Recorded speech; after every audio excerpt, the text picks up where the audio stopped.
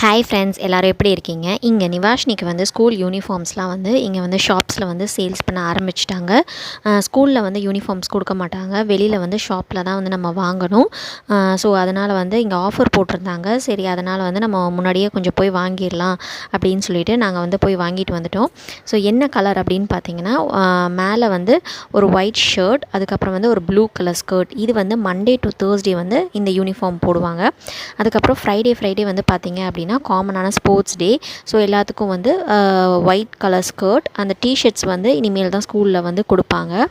So அதனால் வந்து அது வந்து ஸ்கூலில் நம்ம போய் வாங்கணும்.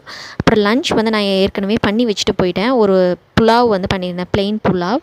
அதுக்கு வந்து பார்த்திங்க அப்படின்னா இந்த மீல் மேக்கர் போட்டு சோயா வந்து போட்டு ஒரு கிரேவி ஆட்டம் பண்ணியிருந்தேன்.